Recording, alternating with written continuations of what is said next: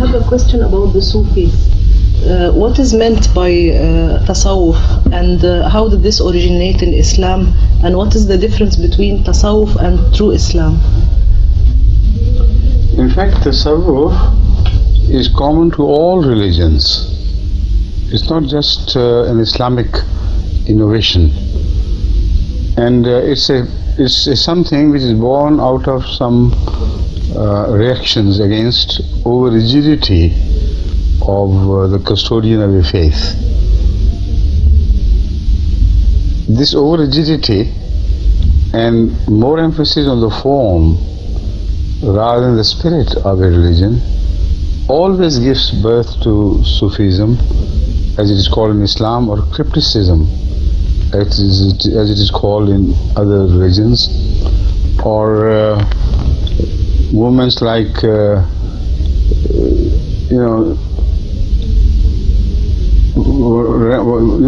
introspective study of man himself by delving deep into his own nature, sinking into his own heart, and searching for things and realities of life from within. These are the general motivating forces. Some do it out of reaction against a clergy which has overemphasized form and have forgotten the spirit of the message. Some do it for the sake of searching truth from within themselves, because they believe that man is born with truth and God can be searched from within. One does not have to go outwards, but one can reach God by delving deeper into his own psyche. So these are the two major generative forces which are responsible for Sufism and such like movements. Sometimes the same motivating forces will generate these two types of Sufistic tendencies, create new religions out of the old religions. And they, although they begin with a defiance of form, defiance against form, they themselves generate form afterwards. And a typical case is that of Pauline Christianity.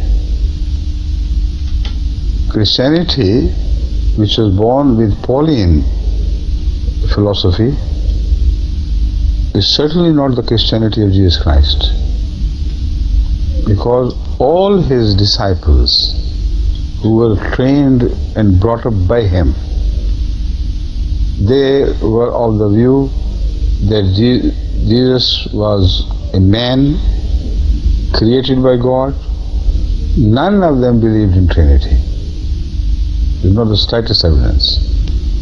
None of them claimed that Christianity is a new religion which emancipates man from the law of God.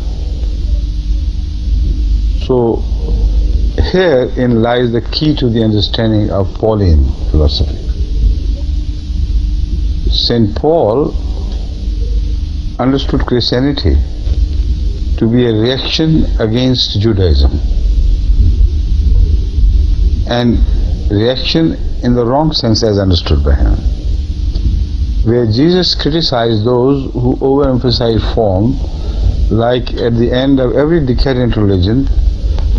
It happens that mullahs and rigid people gain domination over the rest, and with the over rigidity and overemphasis of form, the spirit is generally forgotten. This was the case when Jesus Christ came. The Jewish leadership had completely become enslaved to form. Like the mullahs of today, extremist mullahs of today, they overemphasize the role of beards, long beards, shaven heads, and appearing before and ceremonies, religious ceremonies, just physical bodily movements, and they had no spirituality in them. no search for God, no love of God, no communion with Him. So naturally, Jesus Christ, who was a revolutionary prophet within Judaism, he protested very strongly against this, but he never abandoned form altogether. What he emphasized was that an empty utensil, an empty cup is meaningless. Fill the cup with the spirit and love of God, then your religion will acquire meaning, otherwise it's meaningless. So St. Paul thought that he had rejected the requirement or need for the cup altogether. He said, throw the cups away, shatter it. And that is how you will be delivered from slavery to form. So he thought Jesus Christ rebelled against Judaism in all its teachings, all the teachings of the book, which presented law for mankind. It brought a new law and way of life.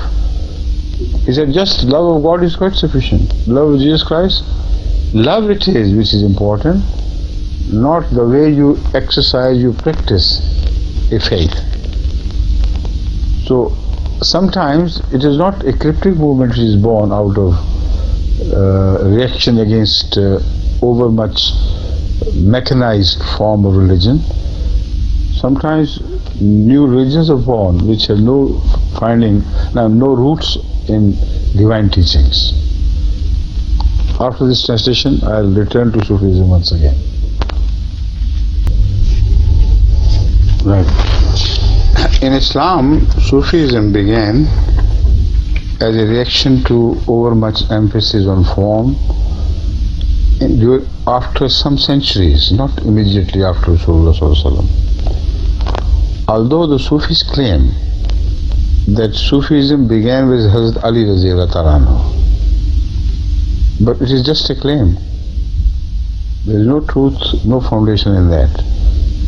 Sufism came to be born when, in the beginning of medieval centuries, the mullah, the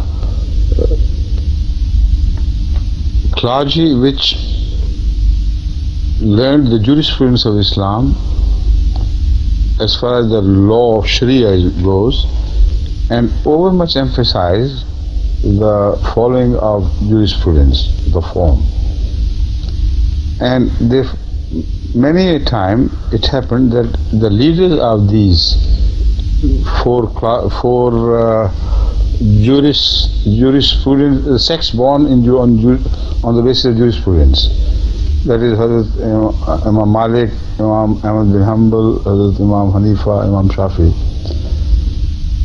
they were the leaders, yet they never abandoned emphasis on spirit and the love of God and remembrance of God. So they were the true Imams. I'm not talking of them. They opened or founded various schools of jurisprudence entirely for the purpose of training and educating people, not to form a rigid class within Islam. But later on, when some generations away from them, their followers it were, and the religious clergy of that period, which overemphasized the adherence to the rigid form of the jurisprudence, the school of Hanafi, the Shafi, Malik, etc. And there were fights, and sometimes violent fights, on differences as small as whether you should say Ameen bil Jar or bil Sir. You should do it loudly or within your heart. And sometimes it is said that those fingers were severed from hands, which of the people who raised their fingers when they recited Ashhadu an la ilaha illallah during at-tahiyat, while the mosque belonged to those who believe that the finger raising is forbidden. So whenever such man by mistake, appeared in that mosque, he had lost his finger. Now, such strange things are reported, right or wrong, but we know by judging the affairs from the present day mullahs that such thing could have happened in the past. They were the same people, even ever worse than before. So they it were who caused a strong reaction against this whole misform. And the Sufis who began the new sects in Islam, they again should be absolved of one-sidedness. Hazrat Maulana Abdul Qadir Sayyidina Abdul Qadir Jilani, he said his 5 times prayer exactly like Rasulullah did. He followed the Sunnah better than all the people of his time. He never considered himself emancipated from following Hazrat Muhammad Rasulullah, the need for the following of Muhammad Rasulullah. Yet, because he emphasized the role of spirit, communion with God, ilham, love of Allah, sacrifice for His sake, so a new sect of Sufism was born with him. Similarly, there were Naqshbandis, Sohrawardi, followers of Hazrat Sohrawardi, followers of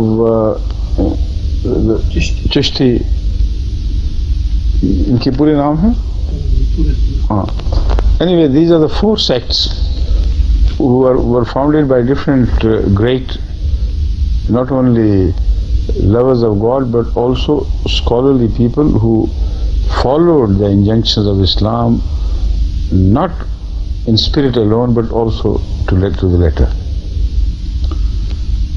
Again, it were the generations which were born after them, long after them, which began to overemphasize spirit as against form. So within Islam, a sort of Pauline attitude came to be born. There were Sufis who said, why to pray? Why to keep fast? What is the purpose? Love of God? We would love Him. What else is needed? Purification? We keep thinking ourselves and reforming ourselves through introspection. And that's sufficient. That's the purpose of prayer. We have reached God. God loves us. We go love God. That's enough. So the difference between them and St. Paul's teaching was that St. Paul completely severed the ties, totally, with the origin of legislation, that is the Quran. That in his case, that was the book, that is Torah. In case of the Sufis, they never did so. There is one point which goes to their advantage. Even the worst period of Sufism, they never severed their ties from Hazrat Rasulullah sallallahu alaihi wasallam or from the Quran, but the ties were only in name. So they did not dare to rebel like St. Paul rebelled. But still, in all practices, there were some Sufi sects who went so far away from Islam that they could not be recognized as Muslims. Such sects are still found in Albania, for instance, who just consider Islam to be able to walk on cinders, hot burning cinders, on coal, burning coal, and they dance over coal, burning cinders, and they indulge in music and say, you see, these are special powers which have been granted to us by God. So this is what faith is. They never say prayer, they never say keep fast, etc. So similarly, everywhere in the world, there are extremist Sufis who have practically followed the Sunnah of St. Paul rather than that of Hazrat Muhammad Rasulullah sallallahu alaihi wasallam. So this is, in short, what Sufism is. Although their different practices within their sects are a subject of discussion in itself, a lot can be said about the differences between Sohrawardi and Naqshbandi and Qadris and others. They have their own understanding and view about how things should be. They are Sufis from mainly from Turkey, who are given over to singing and dancing, and the mad dervishes, are born. They largely come from the Turkish band of Sufis, who are generally the followers of Maulana Rome. And also, are the Naqshbandis? Largely, I think, they are Naqshbandis. But Hazrat Maulana Rome has also acquired a state of leadership because of his cryptic language. Masnavi, if you read, sometimes it speaks of such things that it's impossible for virgin girls to read that language. Yet, we know that he was a very pious man, and it was his way of talking in parables and allegories. So this is understood by those who know, but for the outsider, the figure of Hazrat Maulana Rome will be very, shall we say, difficult to explain, right?